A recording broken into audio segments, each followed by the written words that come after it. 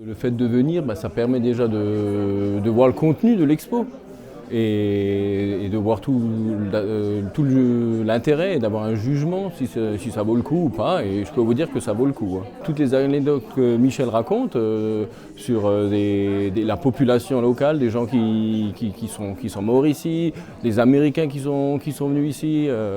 Voilà ce qui s'est passé ici, et puis que ça nous touche aussi parce que c'est vraiment proche. Et je retiens des petites anecdotes, et puis quand je vais être dans les écoles du coin, je pourrais peut-être ressortir deux, trois histoires que M. Klein nous a racontées.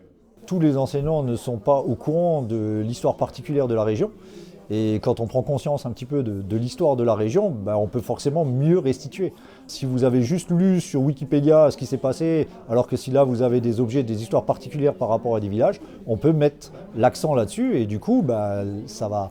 Aux élèves, si on vous dit ça s'est passé dans votre village, ça va les toucher un peu plus que quand on parle de généralité.